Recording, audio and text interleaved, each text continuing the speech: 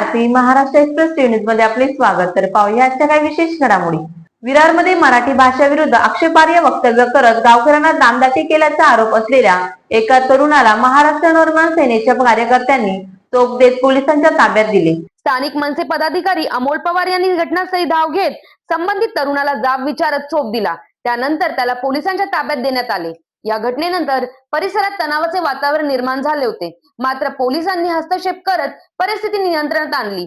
मनसे कार्यकर्त्यांनी महाराष्ट्रात राहून स्थानिक मराठी भाषेचा आणि संस्कृतीचा अपमान केला तर तो सहन केले जाणार नाही असा इशारा दिला। यावेळी मनसेचे पदाधिकारी अमोल पवार यांनी सांगितले की मी काल घटनास्थळावर जात असताना त्या ठिकाणी काही कॉलेजचे तरुण आणि एका परप्रांतीय मुस्लिम यांच्यामध्ये बाचाबाची सुरू होती। बांबू हातात घेऊन तो परप्रांतीय मुस्लिम तरुण त्या कॉलेजच्या विद्यार्थ्यांवर धावून जात त्यांना दमदाटी करत होता व त्यांना मारहाण करत होता। हे सर्व चालू असताना बरीच लोक त्या ठिकाणी बघ्याची भूमिका घेत सर्व काही मुकाट्याने पाहत होते। आम्ही ज्यावेळेस त्या ठिकाणी पोहोचलो तेव्हा आम्ही त्या मुलांना विचारले, काय झाले, कशाबद्दल भांडत आहात असे विचारले असता ते म्हणाले की मुस्लिम व्यक्ती बोलत होता की मराठीत बोलायचं नाही, हिंदी बोला।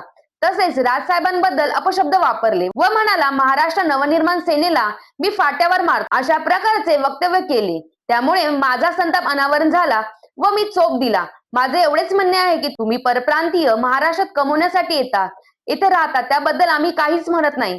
आमचं म्हणणं एवढंच की तुम्ही इथे कमवा, राहा, पण मराठी आणि मराठी माणसाचा अपमान केलेला सहन केला जाणार नाही। याचा सन्मान करा, मराठी बांधवांचा आदर करा, अशा पद्धतीने त्यांनी परप्रांतीयांना माध्यमांद्वारे संदेश दिला। जय महाराष्ट्र। मी अमोल पवार, महाराष्ट्र सैनिक। आज व्हिडिओ घेण्याचं कारण असं आहे की विरार पश्चिमला काही कारणास्तव आम्ही गेलो होतो। विरार पश्चिमला जात असताना काही मुलं, जी काही शाळेतली कॉलेजची मुलं आहेत, जी 19-20 वर्षाची मुलं होती, त्यांची आणि एक परप्रांतीय मुस्लिम होता त्यांची अशी काहीतरी भाषाभाषी चालू होती। मोठ्या प्रमाणामध्ये बांबू काढणं, हे करणं, त्या लहान लहान मुलांना तो व्यक्ती समोरचा मारत होता। आणि हे सगळं बघत असताना बरीचशी लोक तिकडे होती आणि आम्ही तिकडे गेलो, आम्हाला फोन आला आणि आम्ही तिथे पोहोचलो। पोहोचल्यानंतर जे काही विषय होते संबंधित मुलांना वगैरे विचारण्यात आले की काय झालं, काय नाही, का मारामारी करतात, कशाला ह्या गोष्टी चालल्या आहेत।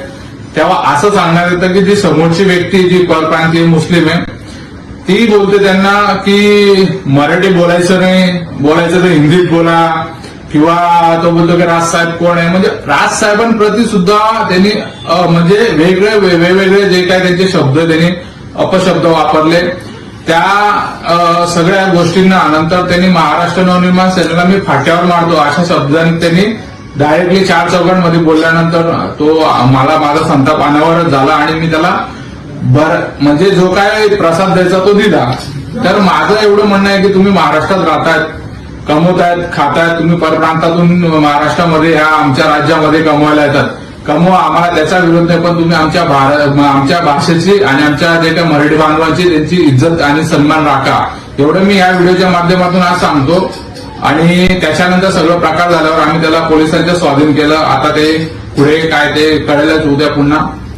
तर या होत्या शहरातील महत्त्वाच्या ठळक घडामोडी। अशाच काही नवनवीन घडामोडी पाहण्यासाठी आमच्या चॅनलला लाईक करा, शेअर करा, सबस्क्राईब करा आणि बेल आयकॉन दाबायला विसरू नका। धन्यवाद।